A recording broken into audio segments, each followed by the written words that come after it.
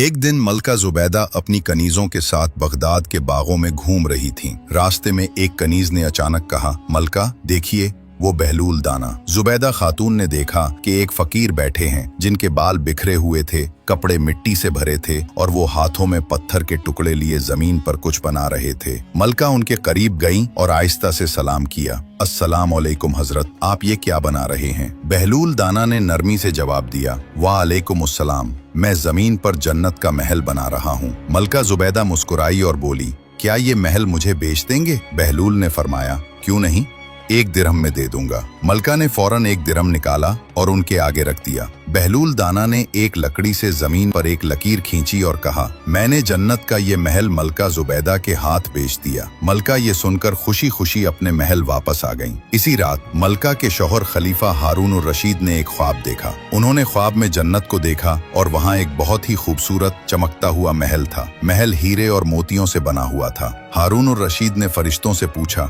ये शानदार महल किसका है? उन्हें जवाब मिला, ये आपकी बीवी मलका जुबैदा का है। हारून रशीद ने महल में दाखिल होना चाहा तो फरिश्तों ने उन्हें रोक दिया और कहा, आप इसमें नहीं जा सकते। हारून रशीद सुबह उठे तो बहुत हैरान थे।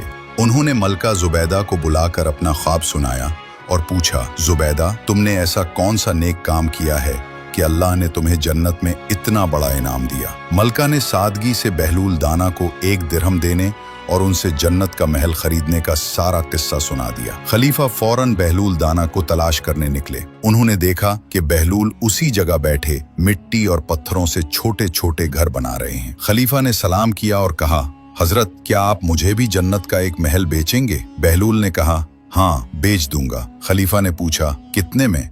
बहलूल ने जवाब दिया, तुम्हारी पूरी बादशाहत की कीमत पर। हारून रशीद ये सुनकर दंग रह गए। उन्होंने कहा, कल तो आपने जुबैदा को यही महल सिर्फ 1 दिरहम में बेचा और आज मुझसे मेरी पूरी सल्तनत मांग रहे हैं। बहलूल दाना मुस्कुराए और जवाब दिया, ए खलीफा, फर्क ये है कि जुबैदा ने वो महल बिन देखे खरीदा था। उसने जन्नत नहीं देखी थी, सिर्फ अल्लाह पर भरोसा करके सौदा किया, जबकि तुम वो महल अपने ख्वाब में देख कर खरीदने आए हो। बिन देखे ईमान लाने की कीमत और है और देखकर खरीदने की कीमत और है। ये सुनकर खलीफा हारून रशीद को अपनी गलती का एहसास हुआ और वो समझ गए कि नेकी की कीमत पैसे से नहीं बल्कि सच्चे दिल और ईमान से होती है।